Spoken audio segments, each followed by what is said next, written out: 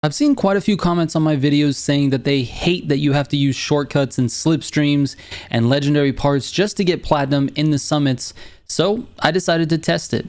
Could I use green parts with no affixes, no slipstream, and race on the road without using shortcuts and resets and still get platinum on the summit where the reward was a car and it's super difficult?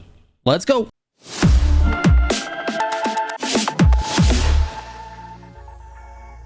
Real quick before I get into the video, if you're looking for a community of racers to play with, join our Discord. There's a link in the description down below. That's also where I do all of my giveaways, and we have every topic in there from the Crew Motorfest, the Crew 2, to Need for Speed Heat, Need for Speed Unbound, everything Need for Speed, and all kinds of other racing games. There's over 14,000 members there, so hit that link and join us. All right, let's get into this. All right, here's the setup. The goal obviously was platinum, and I chose to do this specifically on one of the harder weeks where the platinum reward was a car, just to illustrate the point.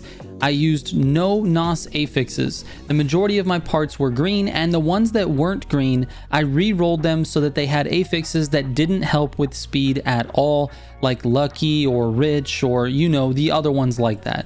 I also fully reset my legend points so that there weren't any benefits there, and in addition to that, I did every single event solo, and I stayed on the race path or on the road. I took no shortcuts and did not reset my car. Now, when I say I took no shortcuts, I'm not talking about the little curb cuts that you're gonna see in this video. I'm just saying I stayed on the racing path. I didn't go off-road or take any ridiculous shortcuts like you see in some of my summit guides. This is literally the ultimate test. So let's see what happened. Here is the collection of scores that I made and their total for the summit: 1,104,963.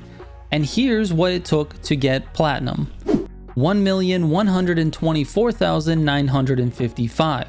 I'm literally 20,000 points off of platinum. Now don't leave the video yet, because this is actually the most important part. So technically I failed, but I think this test proves something important.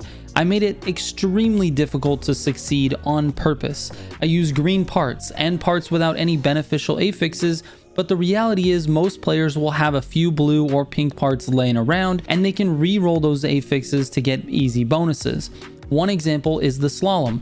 I went back and I equipped all pink parts with the skilled affix completely maxed out, and my score on the slalom went from 112,828 to 133,571, which is a difference of 20,743 points, which would have made my total score for the summit 1,125,688, which is enough for platinum. And that's just one event with the correct affixes. Now, I didn't really test this, but I do wonder what my results would have been if I decided to simply take shortcuts that I featured in my summit guide for that week, or if I had a gold part or two equipped with better affix stats, or if I had a slipstream partner.